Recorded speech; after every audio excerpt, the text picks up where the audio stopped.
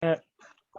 오늘 마가복음이랑 요한복음을 하게 되어지는데 우리 복음서는 우리가 많이 읽잖아요, 그렇죠? 네. 복음서 읽으면 요한복음은 워낙 좀 특별하고 우리 이제 마태마가 누가복음을 쭉 이제 공관복음이라고 비슷한데 복음서를 보면 누가복음이 조금 다른 특징이 뭐가 있을까요? 선생님 읽어보실 때, 성경을 읽으실 때.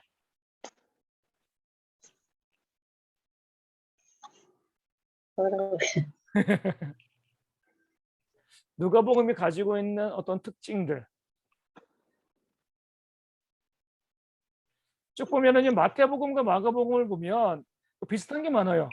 열왕기상하나 역대상하 보는 것처럼 물론 이제 뭐 이 내용들 많이 좀 틀리긴 틀리지만 그래도 마태복음은 마가복음을 조금 더 뻥튀기 한 것 같고 덧붙인 것 같고 마가복음은 마태복음을 좀 요약한 것 같고 분량적인 측면에서 그러지만 대부분 보면 서로 중첩되어지는 기사도 많고 비슷한 내용들이 좀 많은데 누가복음에는 마태복음과 마가복음에 있지 않는 많은 기사들이 좀 있게 되어지고 우리 이제 마태복음은 예수님이 왕이다 이 부분을 강조한 반면 누가복음은 예수님께서 인간이다 이런 부분들 이제 이야기하고 있잖아요. 이런 부분에서 우리가 볼 수 있는 것은 무엇이냐면 누가가 가지고 있는 누가라는 사람의 독특성이 있습니다. 누가는 어떻게 보면 성경 66권 중에서 유일하게 유대인 이스라엘 민족이 아닌 성경 기록자인 것 같아요. 예, 뭐 구약에도 보면 뭐 열왕기상, 역대 뭐 기상, 상하 뭐 이 저자를 모르는 성경들이 있기 때문에 뭐 이제 우리 잘 모르지만 그래도 대체적으로 유대인들이 기록했다, 이 이스라엘 민족들이 기록했다라고 보고요. 신약에서도 마태, 마가, 요한은 유대인이죠, 그렇죠? 그리고 난 다음에 이 사도행전 쓴 이제 누가 빼고 로마서부터 해가지고 바울 서신 바울도 유대인이고 베드로 전후서도 유대인이고 야고보 또 유다서 다 이제 요한 1, 2, 3 유다계시록 보면은 다 유대인인데 그러니까 누가만 이방인인 거예요. 이스라엘 민족이 아닌 사람 중에서 이 성경을 쓰는 거죠. 아무래도 보면 이스라엘 민족이 쓰면은 내 민족이잖아요. 내 역사잖아요.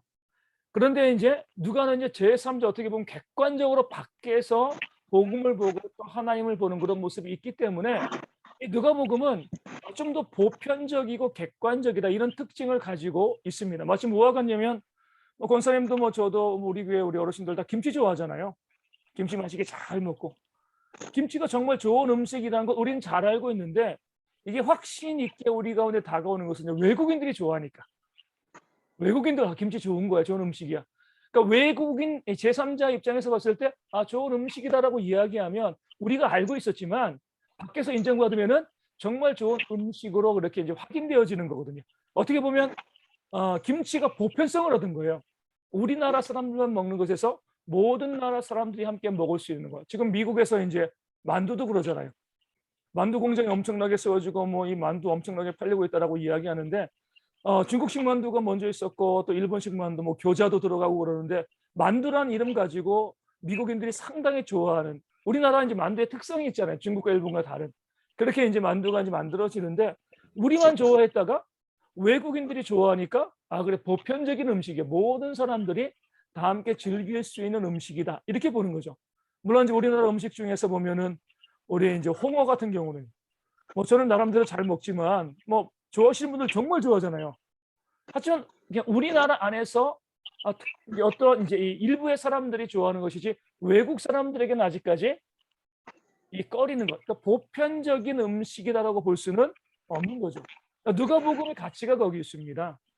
복음이란 것이 그러니까 유대인들이 봤을 땐 예수님께서 유대인으로 이 땅 가운데 태어나셨고 모든 성경의 역사가 이스라엘 중심으로 가나안 땅에서 이루어졌으니까 다 받아들여지는데 이 누가를 통하여서 복음이 모든 민족, 모든 사람들에게, 모든 세상에 함께 적용되어지는 보편적인 말씀이다.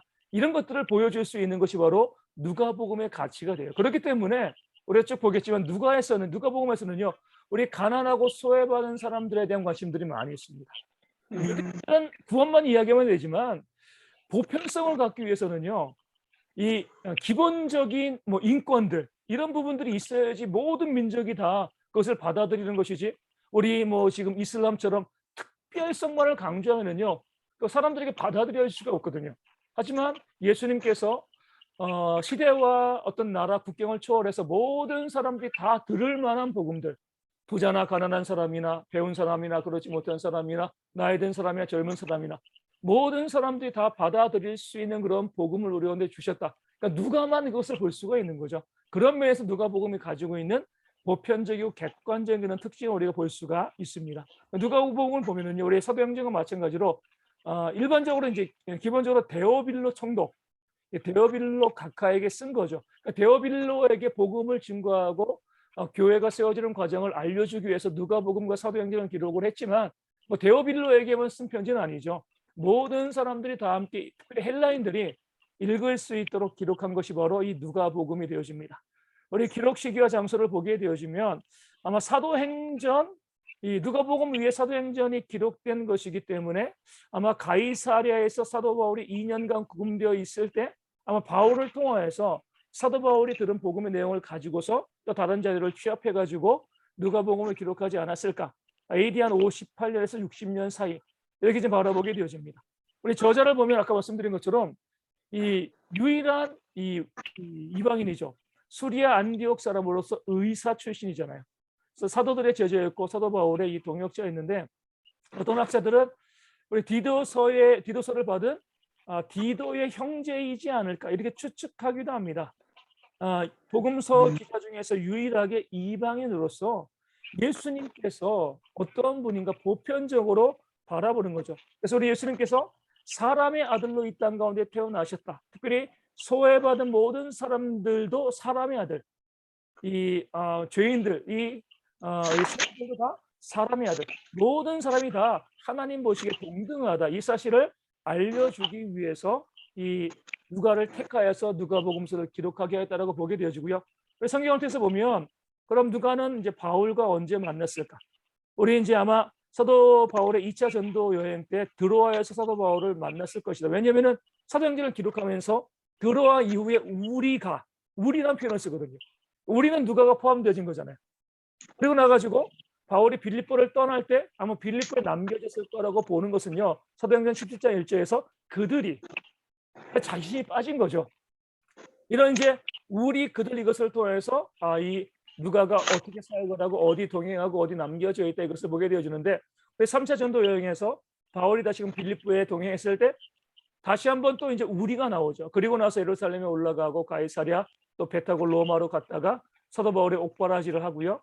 그 다음에 사도 바울이 2차로 또 로마 감옥에 갇혔을 때에 그를 돌보다가 사도 바울의 순교를 목격하지 않았을까 이렇게 우리가 바라보게 되어집니다. 우리가 누가를 보게 되었을 때는 의사이자 지식인이잖아요.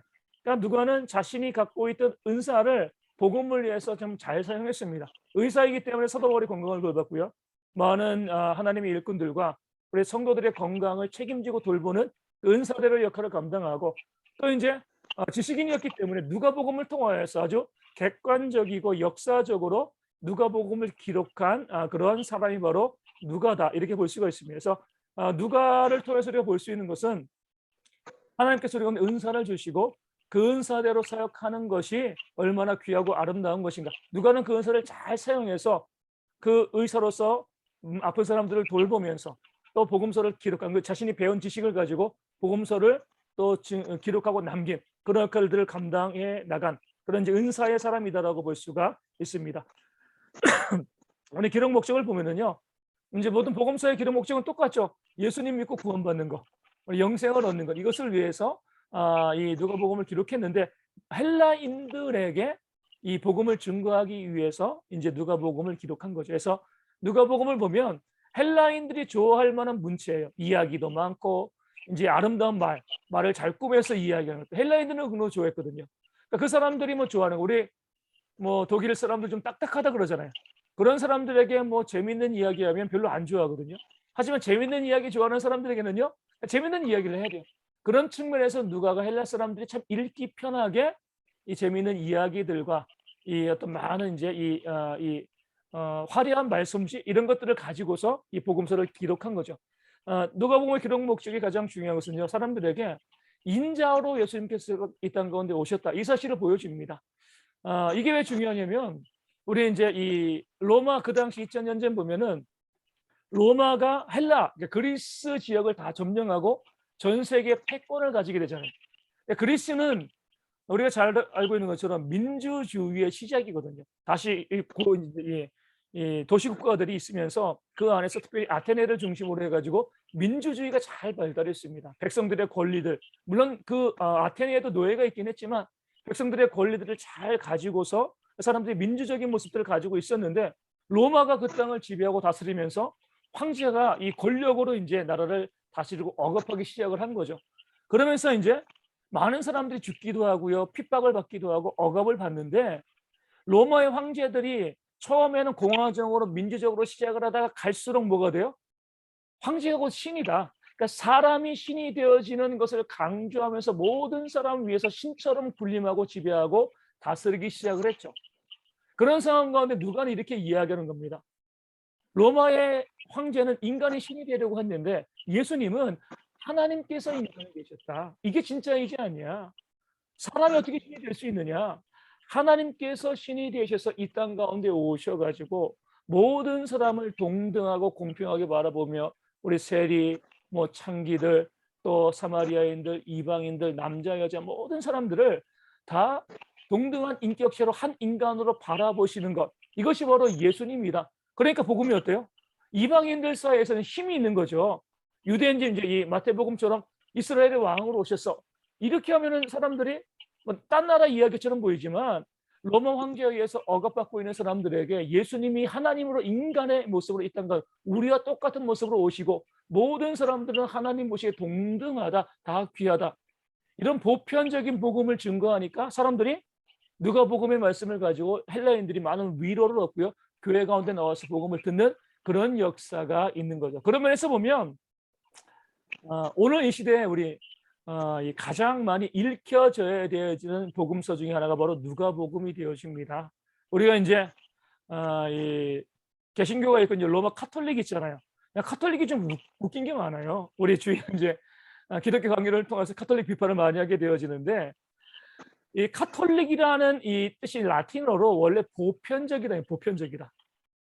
근데 실제로 보면 카톨릭은 보편적이지 않거든요. 교황이 맨 꼭대기에 있으면서 마치 이 위계적으로 사람을 지배하는 그런 모습인데 원래는 보편적인 거예요. 이 카톨릭의 보편적이지 않은, 보편적이라는 이름을 갖고 있지만 보편적이지 않는 그런 이제 이 제도에, 그런 성경 해석에 반발해서 정말 보편적인 교회를 만든 것이 바로 종교교육이고 개신교잖아요. 지금 이 시대의 교회를 보면은 뭐 저도 이제 많은 교회에서 섬기진 않았지만 많은 교회에서 보면 목회자가 어떻게 보면 왕의 위치 가운데, 높은 위치 가운데 있으면서 지배하고 다스리고 교회가 권력화되어 있는 거죠. 이런 모습이 이 땅 가운데 많이 있는데 누가복음이 말해주는 건 이거죠. 잘못된 거라는 거예요. 우리 모든 사람은 하나님에서 동등하다. 예수님께서 인자로서 이 땅 가운데 오셨다. 하나님께서도 인간이 되셨는데 인간이 왜 하나님이 되고 인간이 왜 높은 자리에 올라가지고 남을 다스리고 지배하려고 하느냐, 이런 부분을 말씀해주고 있기 때문에 우리가 누가복음을 읽으면서 교회의 보편성을 회복해 나가는 것이 이 시대에 필요하다라고 볼 수가 있습니다. 누가복음은요, 세례 요한의 출생부터 예수님의 탄생, 그리고 어린 시절, 또 죽음과 부활, 그리고 승천까지 예수님의 모든 역사를 좀 객관적으로 역사적으로 기록해서 헬라인들, 이방인들이 봤을 때 아니 뭐 그 나라 신화야 이렇게 바라보지 아니하고 정말 예수님이 실제적인 역사적인 인물이다, 이렇게 예수님을 소개한 그런 이제 이 객관적인 모습이 누가복음 가운데 있습니다. 특징을 보면은 누가복음의 특징을 아까 말씀드린 것처럼 보편주의 또 인도주의에 대한 강조가 처음부터 끝까지 있습니다. 그래서 보면은 이방인들에 대해서 관심이 많이 있죠. 그러니까 누가 자체도 그것이 참 감사했을 거예요. 나도 이방인인데 나에게도 복음이 증거되어지고 이방인도 구원받을 수 있다. 그래서 우리가 보면 마태복음과 누가복음에서 이 보편주의의 특징이 뭐냐면요, 족보를 통해서 보면 알 수 있습니다. 우리 사복음서 중에서 족보가 나오는 것이 마태복음과 누가복음이거든요. 마태복음은 어디에서 시작하죠? 아담부터 예수님까지. 아브라함과 다윗의 자손 예수 그리스도의 세계라. 아브라함부터 예수님까지 쭉 내려옵니다. 근데 누가복음은요, 예수님부터 그 이상은 누구요? 그 이상은 누구요? 어디까지 올라가죠?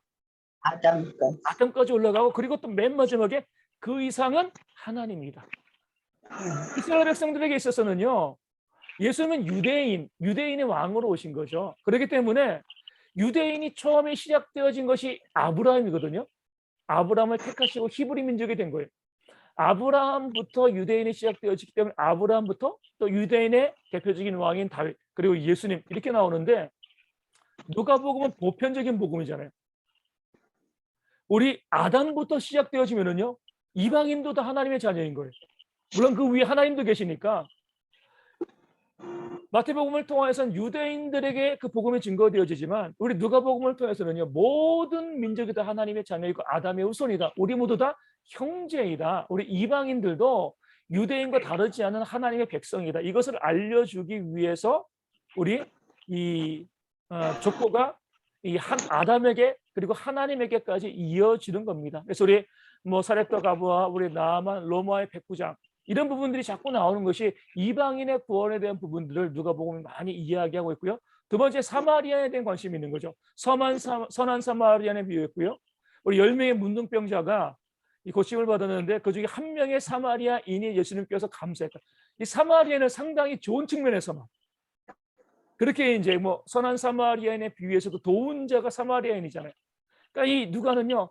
유대인들만이 특별한 것이 아니라 모든 민족이 특별하고 다 사마리아인도 하나님의 선택된 백성이다. 이 사실을 알려주고 있는 거죠. 또 가난한 자들에 대한 관심도 상당히 많이 보여주고 있습니다. 부자와 나사로도 있고요. 우리 가난한 과부의 헌금도 우리 있습니다. 이런 것을 통해서 가난한 자들이 얼마나 하나님을 잘 섬기는 보면은 소외받은 사람들을 소개하는데 장점만을 소개해요. 소외받은 사람들이 약점을 소개하는 것이 아니라 유대인들의 뭐 이 단점을 이야기하기보다는요. 소외받은 사람들이 얼마나 하나님을 잘 섬기고 있는가 그 사실을 이야기해 주는 것. 이것이 바로 누가복음이 되어지고요. 또 누가복음의 특징 중에 하나는요. 우리 여인들에 대한 관심이 많습니다. 우리 사렙다 과부도 나오고요. 나인성의 과부도 나오고 마르다와 마리아도 나오고요. 예수님과 제자들을 섬겼던 여인들의 이름도 나옵니다. 또 특징적인 것은요. 이 남자가 나올 때 꼭 여자를 같이 나오게 해요. 세례 요한의 아버지 사가랴가 나올 때 엘리사벳. 뭐 굳이 엘리사벳 이야기하지 않아도 좋지만 그러면서 엘리사벳과 마리아의 만남 나오잖아요. 아주 상세하게 그 둘의 만남과 찬양을 기록하면서 요셉과 마리아 이야기하고요. 성전 안에서 예수님이 태어났을 때 시몬도 있는 반면 안나도 있었습니다. 남자와 여자를 이야기하는 거죠. 마르다와 우리 이제 이 마리아 이제 나사로를 이야기할 때 이야기하고 그리고 또 예수님의 제자들 섬겼던 여인들 또 이제 우리 사렙다 과부를 이야기할 때는요 나만 장군을 이야기하고요 백부장을 이야기할 땐 나인성의 과부를 이야기하고 겨자씨를 가진 남자를 이야기할 때 누룩을 가진 여인 이른 양을 찾는 목자만 이야기하지 않고요 은잔을 찾는 여인을 이야기합니다. 엠마오로 가는 제자들 이야기하고 무덤을 찾는 여인들 또 침상에 누운 두 남자에 대한 이야기를 하면서 맷돌질하는 두 여자도 이야기합니다. 그러니까 남자와 여자를 동등하게 보는 거예요. 어떻게 보면 놀라운 거죠. 뭐 지금 21세기에도 우리나라도 아직까지 우리 여자들이 이 사회적으로 인정받지 못하는 부분들 많고요. 우리 아프가니스탄을 보면은 참 21세기인데 그 여자들을 철저하게 무시하고 억누르는 그런 모습이 있잖아요. 2000년 전에 여자들의 숫자도 세지 않는 그 시기에 누가는요 보편성의 관점을 가지고 남자와 여자가 동등하다라는 부분들을 이 계속적으로 강조하면서 보여주고 있습니다. 그러니까 우리가 이 누가복음이 이 시대에 많은 사람들에게 희망이 되어지는 것이 바로 이런 부분이 되어집니다. 그러니까 죄인과 세리에 대한 관심에 있어도 우리 삭개오의 세리의 기도도 보면 삭개오도 긍정적인 측면에서 그 세리도 기도 잘했고 의롭다 여김을 받았다. 모든 죄인들, 여인들, 뭐 이 사마리아인들, 가난한 사람들, 이방인들 이들의 장점들, 좋은 점들을 다 소개함을 통해서 모두 다 하나님의 백성, 하나님의 자녀로서 동등하다. 이 사실을 누가는 끊임없이 보여주고 알려주고 있습니다. 그래서 누가 자신이 봤을 때는요. 모든 민족에게 보편적으로 복음이 증거되어진다. 그러니까 하나님께서 모든 민족의 하나님이라는 사실이 놀라운 거예요. 왜냐면은 우리 구약도 그러고요. 그 당시 보면 신들은 지역신이거든요. 로마의 신, 뭐 그리스의 신, 어떤 신. 또 이제 그리스 로마 신화 보면 신들이 너무 많잖아요. 뭐 이 바다의 신, 하늘의 신, 뭐 지옥의 신, 뭐 땅의 신, 호수의 신 보면 엄청나게 많이 있습니다. 그렇게 신들이 그냥 지역적인 그런 신이었는데 복음을 통해서 하나님께서는 모든 민족을 지으신 하나님이고 모든 땅과 우주를 지으신 하나님으로서 모든 민족의 하나님이시다. 보편적인 하나님이시다. 이 사실을 이야기하고 그 사실을 또 증거하고 전파하고 있는 것이 바로 이 누가복음의 모습이 되어지는 겁니다. 그래서 예수님께서 이방인들에게도 가난하고 소외받은 사람들의 복음을 증거하셨고 이 참된 복음 앞에서 누가가 정말 압도된 거죠. 우리도 뭐 보면 요즘 이 시대도 보면 어때요?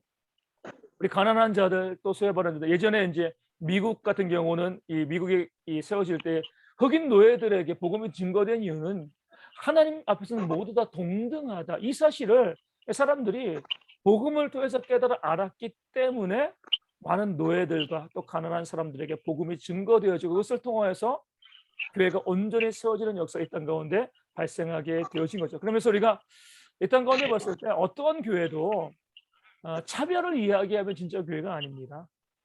우리가 보면 정말 가짜 교회들이 많은데 뭐 차별을 이야기하고 권력을 이야기하고 힘을 이야기하고 압제하고 이런 것들은 진짜 교회의 모습이 아니죠. 모든 사람을 하나님 앞에서 동등하게 바라볼 수 있는 이런 교회. 우리 성경을 볼 때도 마찬가지죠. 성경을 볼 때도 우리 보편주의가 있어야 돼요. 성경 66권을 다 봐야죠.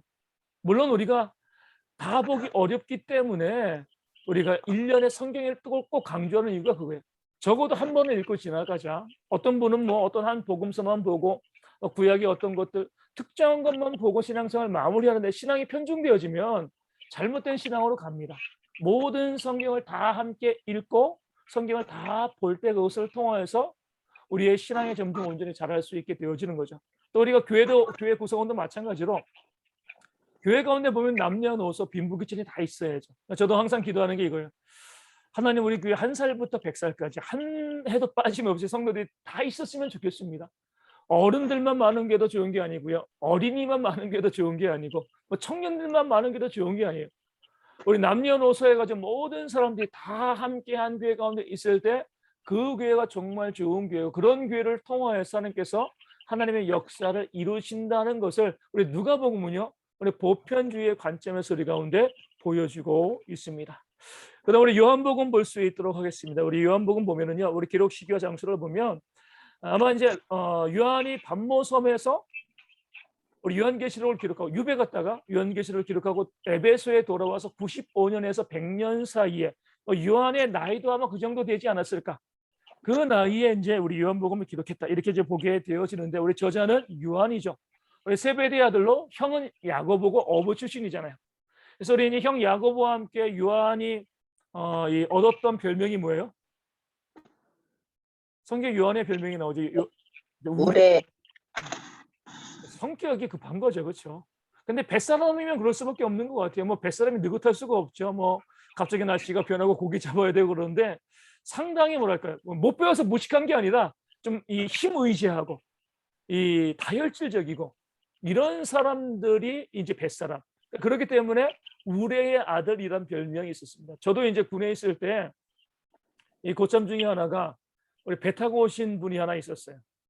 근데 보통 이제 배를 오래 타면 그게 이 경력으로 인정하고 군에 안 오는데 뭔가 잘못됐는지 계산을 잘못했는지 군에 왔어요. 근데 정말 힘도 세고 무식해요. 못 배워서 무식한 게 아니라 행동하는 것들이 너무 직선적이고 그래요. 근데 이제 축구를 할 때 그분이 이 골키퍼를 했거든요. 날라오는 공을 너무 열정적으로 막다가 이 골포스트에 머리가 부딪힌 거예요. 그래가지고 후손가 가지고 한 1년 정도 있었던 것 같아요. 어, 그러니까 이제 기가 막힌 일인 거죠, 그렇죠? 근데 이제 물론 이제 저도 그 고참에게 밑보여 가지고 주먹으로 이제 눈을 한번 맞은 적이 있어요. 엄청 힘도 센데 뭐 그렇게 이제 후손 가면서도 저한테 제 군화가 탐난다고 군화 달라 그래 가지고 제 군화 하나 줬습니다. 그렇게 저는 딴 부대로 옮겨 가지고 그다음 몰라요. 마음은 되게 착해요. 그런데 이제 정말 우리 아들처럼 상당히 뭐랄까요? 다혈질적이고 이런 모습 뱃사람들 가운데 있습니다. 그런데 또 보면 이 요한은요, 이 둘째잖아요, 그렇죠? 야고보는 좀 듬직한 것 같기도 하고 첫째는 좀 듬직하잖아요. 둘째인데 아마 사랑을 많이 받은 것 같아요. 그러니까 성격은 괄괄하고 다혈질적인데 사랑을 많이 받은 것 같아요.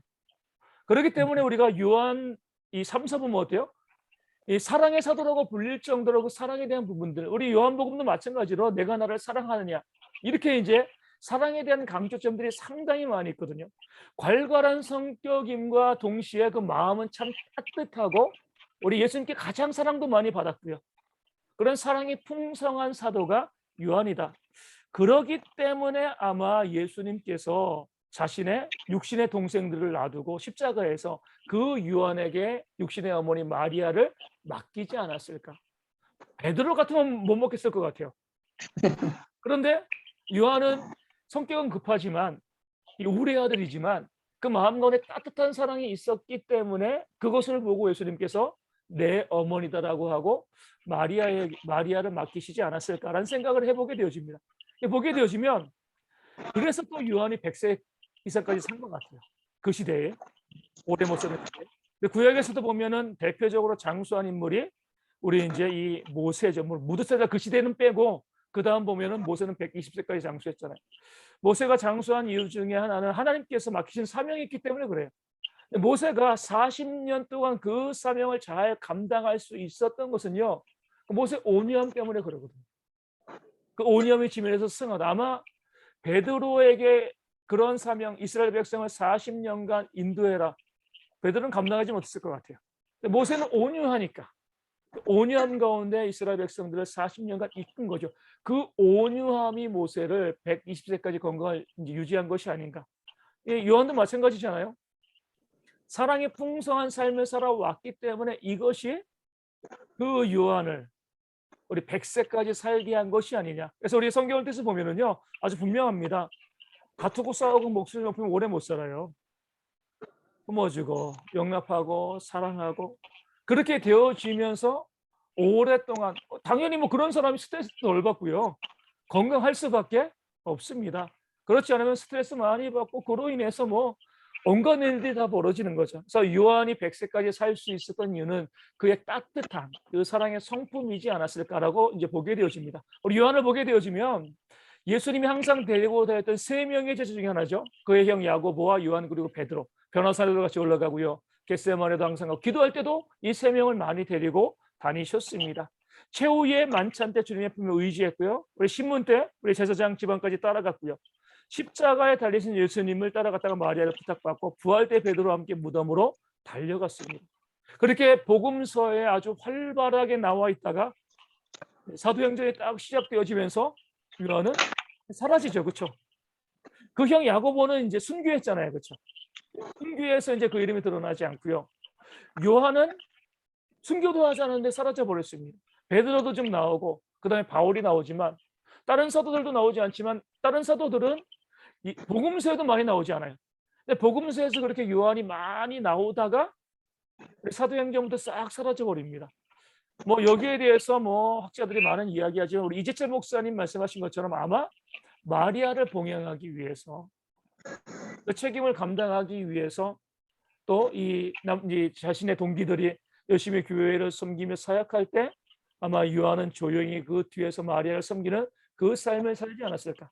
뭐 답답했겠죠. 복음을 위한 그 열정이 있었으니까. 근데 마리아가 뭐 몇 세까지 살았는지 모르지만 어찌 되었건 이 예수님의 어머니였고 요한이 예수님보다 나이가 적기 때문에 마리아도 오래 살지 못했을 거예요. 그렇게 몇십 년 동안 마리아를 모시고 있다가 사역하게 하시고 나중에 그래서 우리 뭐 예수님의 제자들 가운데서 복음서를 기록한 뭐 이 마태, 마가 이 두 명 중에 하나가 된 거잖아요. 그렇죠? 그리고 나서 요한 1, 2, 3서도 기록하고요. 요한계시록도 기록하고 성경 중에 5권을 기록하고 복음서, 계시록, 요한 1, 2, 3서 어떻게 보면 신약에 있어서는 사도벌이 제일 많지만 분량적으로 보면은요. 우리 요한이 상당히 많죠. 그렇죠? 그런 부분들을 하면서 귀하게 하는 게 쓰임받은 일꾼이 바로 요한이 되어지는 겁니다. 우리 기록 목적을 보면 아까 말씀드린 것처럼 예수님께서 하나님의 아들이심을 또 믿음으로 구원받을 수 있다는 사실을 많은 사람들에게 알려주기 위한 거예요. 요한에게 요한복음에서 중요한 기록 목적이 나오는데 그것은 이단에 대한 반박입니다. 왜냐하면 다른 복음서들은 50년대 기록되었습니다. 그리고 나가지고 40년쯤 지나가지고 그리고 또 이제 우리 요한복음을 기록한 거잖아요. 굳이 기록할 이유가 없거든요. 다른 복음서가 있기 때문에 그 복음서 보면 되는 것이지 요한이 또 굳이 이것을 기록할 필요가 없는데 그 이유는요. 복음서가 나온 다음에 많은 이단들이 생긴 거예요. 그 앞서 있는 마태, 마가, 누가복음은요, 뭐 이단들에 대항한 것이 아니라 그들이 이제 죽음 앞에서 이제 구전으로 했던 복음을 이제 글로 분명하게 기록해서 이제 진리를 바르게 수호하기 위해서 기록하는 것인데, 그렇게 복음서가 기록되어지고 난 다음에 복음서가 읽히는 와중에도요, 이단들이 발생한 거예요. 그렇기 때문에 그 이단들에 대항해서 이단들이 주장하고 있는 것이 얼마나 잘못된 것인가 다시 한번 복음서로 알려주기 위해서 요한복음이 기록되었습니다. 그 당시에 우리 대표적인 이 이단인데, 한 이단은요, 예수님의 인성을 부인한 거예요. 요한복음은 이제 모든 사람에게 주어진 복음이지만 유대인보다 이제 이방인들이 많으니까 그 당시 철학의 주류는 헬라 철학이잖아요. 헬라 철학은 이제 영육 이원론이거든요. 이원론이면서 아주 간단하게 영은 선하고 육은 악한 것이다, 이렇게 이제 이야기하는 거예요. 그러니까 이단들이 나와가지고 예수님은 인간일 수가 없다는 것을 주장합니다. 아니 어떻게 선하신 하나님이 악한 물질 가운데 들어오실 수 있냐, 그 자체가 불가능한 거예요. 그래가지고 어떤 이론이 나와요? 우리 가현설, 거짓과 나타나는 현이죠. 예수님이 요즘 말로 말하면 홀로그램 같은 분이었다. 진짜 육체를 입은 것이 아니라, 사람 눈에는 육체처럼 보이지만 영이지 실제 육체가 아니다. 신은 육체를 입으면 안 돼. 육체는 그 자체가 악하기 때문에, 이렇게 가연설을 주장하는 사람들이 나오게 되었고요. 그리고 나서 또 우리 잘 알고 있는 영지주의가 나오죠. 영지주의는 영지주의, 영적인 지식을 얻어야지만 구원받을 수 있다라고 이야기하면서 구약에 나온 창조주 하나님을요, 가장 저급한 신으로 봅니다. 왜 저급한 신으로 봐요? 구약에 나와 있는 우리 여호와 하나님, 창조주 하나님을요, 가장 저급한 신으로 생각합니다. 왜 그럴까요, 원사님? 그보다 고급된 신이 있다고 주장하는 건데, 그럼 왜 창조주 하나님은 가장 저급한 신일까? 물질 세계를 만들었기 때문에. 물질을 완전히 악하다고 보니까요, 물질 세계를 만든 신이 고급 신일 수 없다는 거예요. 그러니까 저급 신이라는 거죠. 그러니까 그 여호와 하나님은 가장 최하위의 신이고, 그 위에는 또 뭐가 있는 거예요? 정말 영적인 것만 있는 진짜 신이 있고, 이 신을 아는 지식이 있으면 구원받는다. 예수님께서는 선지자이라는 거죠. 물질로 이 땅 가운데 오셨을 때 진짜 신이라고 볼 수가 없는 거예요. 그래서 우리 이 영지주의에 대항하기 위해서 이 요한이 이야기한 게 뭐예요? 말씀이 육신이 되셨다. 요한복음을 시작하면서 너희가 자꾸 예수님의 신성을 부정하는데 그렇지 않아. 말씀이 육신이 되신 거야. 육신으로 이 땅 가운데 오신 거야. 분명히 인간의 몸을 입고 이 땅 가운데 오셨어. 그래서 요한복음에는 어떤 장면이 나와요? 나사로가 죽었을 때 눈물 흘리신 부분들. 진짜 인간이지 않냐, 이렇게 이야기하고 있는 거죠. 그러니까 요한복음에서 왜 예수님의 인성들을 자꾸 강조하고 보여주는가? 그러니까 예수님께서 진짜 인간이다, 이 사실을 알려주기 위해서 우리 이제 이 기록되어진 거죠. 두 번째 보면 그 당시에 또 예수님의 신성을 부정하는 사람도 있어요. 그냥 인간이다, 신이 아니다. 아니 그냥 진짜 인간인 것을 눈으로 봤기 때문에 인간은 부정하지 못하니까, 또 마찬가지 어떻게 신이 인간이 될 수 있냐, 에비온파라고 이야기하는데 그 사람들은 이렇게 이야기해요. 예수님 메시아를 인정합니다. 메시아이다. 근데 메시아가 되었다. 인간인데 율법을 잘 지켜가지고 메시아가 된 것이지 신은 아니야. 그렇게 이야기하면서 요셉과 마리아 사이에서 육체로 태어나신 것이다. 성령 잉태와 동정녀 탄생을 부정해 버립니다. 그래서 그들이 이 에비온파들은 복음서 중에서요, 우리 마태복음만 좋아했습니다. 율법이 많이 나와 있거든요. 구약을 많이 인용했으니까. 유대인들에게 주어진 복음이기 때문에 마태복음만 인정하고요, 사도 바울은 배교자로 봤습니다. 믿음으로 구원받는다라고 이야기했으니까. 그리고 난 다음에 야고보 있잖아요. 야고보는 행함을 강조하니까 야고보도 율법적인 책이기 때문에 좋은 선지자이다, 이렇게 이야기했어요. 그런 이단들이 있었기 때문에 우리 요한복음을 통해서 하나님의 신적인 능력, 예수님께서 있던 가운데 그냥 인간이 아니라 진짜 하나님이시다. 많은 사람들이 예수님이 하나님 되심을 고백하는 것도 상당히 많이 나오거든요. 그래서 이 사마리아 수가성의 여인도 어때요? 예수님 보고 메시아가 왔다라고 이야기하고요. 그런 장면들을 통하여서 예수님이 진짜 하나님이시다, 이 사실을 증명하는 거죠. 그러니까 요한복음의 목적 중에 하나는 예수님이 참 하나님이시며 참 인간이시다, 이 사실을 사람들에게 알려주기, 이단에 대응하기 위해서 우리 요한복음이 기록되었다, 이렇게 보시면 좋습니다. 특징을 보면은요, 우리 공간복음서와 달리 영적인 내용들이 많이 있죠. 그러니까 주관적인 내용도 많습니다. 우리 공간복음서에서 보면 이 많은 사건들이 보여주고 있는데 이 객관적인 부분들이 많거든요. 그것을 영적으로 해석하고 하나님께서, 예수님께서 진짜 참된 하나님이시다, 이것을 강조하기 위해서 영적인 부분을 강조하고요. 또 이 다른 복음서에 나와 있지 않는 내용들을 갖다가 많이 집어넣습니다. 왜냐면은 다른 복음서가 다 있고 요한도 다 읽어봤을 거거든요. 있는 것도 기록하기보다는 그렇지 않는 것들, 우리 니고데모 이야기도 나오고요. 뭐 선한 목자의 가나의 혼인잔치도 나오고요. 사마리아 수가성의 여인도 요한복음에 나오거든요. 베데스다의 병자도 나오고, 또 나사로의 부활. 많은 부분들이 이 요한복음에 나오는 것은 요한이 의도적인 거죠. 이 사람들이 예수님의 이야기들 중에서 알지 못하는 이야기들을 내가 주로 써야겠다. 그래서 요한복음에 어떤 부분이 있어요? 책으로 기록하면 끝이 없을 것이다라고 이야기하죠. 그래서 의도적으로 공간복음에 나와 있지 않는 내용들을 우리 요한복음은 기록하고 보여주고 알려주고 있는 겁니다. 또 상징성이 많아요. 숫자 3과 7이 많이 나오는데 갈릴리에 3번 가시고 이제 유월절 3번 나오죠. 십자가에서 3번 말씀하시고 부활로 3번 나타나신 것. 또 7가지 이적을 선택하시고 나는 무엇이라는 표현을 7번 사용하고요. 이렇게 한 이유는 이 복음서를 나름대로 뭐예요? 사람들에게 이제 오랜 시간 준비해서 쓴 거죠. 마테마가 누가는 역사적으로 웬만하면 기록하고요. 요한은 어떻게 하면 사람들이 이 핵심적인 내용들을 잘 이해하게 할 수 있을까? 3과 7로 나뉘어서 이렇게 하면 잘 이해하겠지. 그런 의미에서 3과 7 나눠가지고 우리 요한복음을 의도적으로 집필했다라고 보게 되어지고요. 그리고 대화와 예수님의 말씀이 가득하죠. 변론이 가득해요. 그래서 우리가 이제 성경을 보면은 하나님의 말씀을 빨갛게 기록한 그런 성경들이 있잖아요. 그런 성경들이 있을 때 우리 요한복음 보면은요, 중간에 지나가면 다 빨개요. 예수님의 말씀, 예수님의 뭐 대제사장적인 기도, 이렇게 해가지고 웬만하면 요한은 예수님의 말씀, 그 사건보다는 예수님의 말씀을 좀 더 많이 기록하고 알려주고자 한 거죠. 왜냐하면 아까 말씀드린 것처럼 이단들이 많이 나타나는데 이단들도요, 뭐 꾸며낸 이야기지만 기적을 많이 이야기합니다. 많은 사람을 미혹하게 하는 거죠. 그럴 때 우리 요한은 이런 이단들이 횡행하는 시대 가운데 무엇이 필요할까? 그건 주님 말씀이라는 거예요.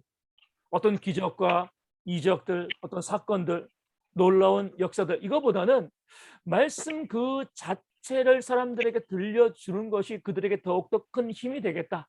이런 의도에서 그 말씀을 많이 기록하고 알려주고 있는 거죠. 우리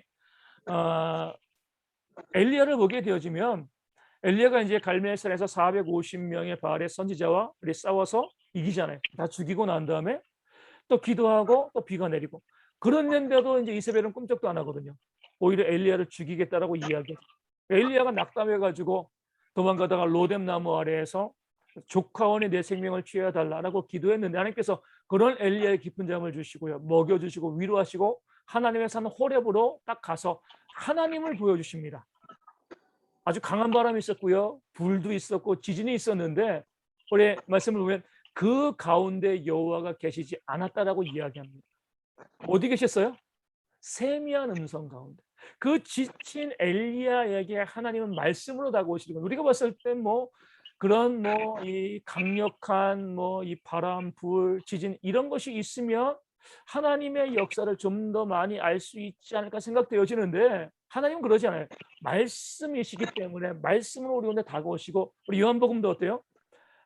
태초에 말씀이 계시다. 그 말씀이 육신이 되셨다라고 이야기하면서 말씀에 대한 강조가 나오거든요. 그렇기 때문에 요한은 이단 가운데서 많이 흔들리고 있는 성도들에게 웬만하면 예수님의 말씀 그 자체를 많이 알려주는 것, 이 보여주는 것, 여기에 관심을 가지고 말씀을 충분히 기록하고 보여주고 있습니다.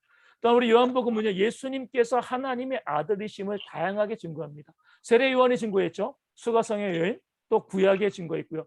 눈뜬 자의 증거, 나사로의 부활을 목격한 군중들도 하나님의 아들이시다. 12제자가 증거하고, 이런 증거들을 통하여서 예수님께서 삼위일체 하나님의 제2위이신 하나님의 아들, 참된 신이다, 이 사실을 많은 사람들, 예수님의 신성을 부정하는 사람들에게 사람들의 고백을 통하여서 알려주는 것이 바로 요한복음의 특징이 되어집니다. 또 요한복음에 보면은요, 이 주의 구절이 있어요. 그러니까 주의 구절은 어떤 사건과 주님의 말씀에 대해서 요한이 해석해낸 겁니다. 이 말씀의 뜻은 이런 거야. 이 말씀의 뜻은 이런 거야. 상당히 많이 나옵니다. 왜냐하면은 이것도 이단과 이 관계가 깊은 거죠. 분명히 복음서에서 예수님에 대한 부분들을 충분히 이야기했고, 그런데도 그 말이 인간의 언어로 기록되었기 때문에 사람들이 나중에 오해하고, 그러니까 예수님의 신성과 인성도 인정하지 못한 거잖아요. 이런 일들이 발생하니까 요한이 봤을 때는 좀 애매한 부분들은 내가 주의해야지.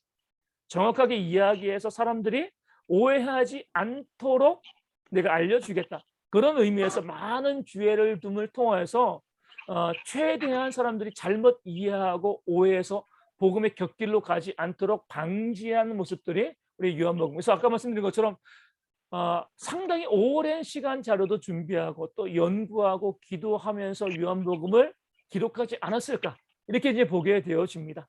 또 우리 요한복음 예수님께서 말씀이라는 사실을 상당히 많이 강조하고 있습니다. 그러면서 이것으로 구약과 신약을 연결하는 거죠. 태초에 말씀이 계시고 그 말씀이 인간의 몸으로 이 땅 가운데 오셨다. 하나님은, 예수님은 뜬금없이 이 땅 가운데 계신 분이 아니라 창조주로서 태초부터 계시고 구약에도 말씀하셨고 우리 신약에도 이 땅 가운데 오셔서 말씀하신 분이다. 이 말씀을 가지고서 신약과 구약을 연결하고 그것을 통하여서 예수님이 참 하나님이시고 모든 사람들, 신구약 모든 사람들에게 구원의 주이심을 보여주는 것이 바로 요한복음의 특징이 되어지고, 마지막으로 요한복음에서는요, 보혜사 성령에 대한 강조가 나오는 거죠. 복음서 위에 많은 사람들이 예수님이 승천하시면 어떡하지? 예수님이 계셔야지 복음이 있는 것이 아니야, 이렇게 생각을 하잖아요. 그럴 때 우리 요한복음을 통해서 예수님께서 내가 떠나고 나면 너에게 내가 보혜사를 보내줄 것이다.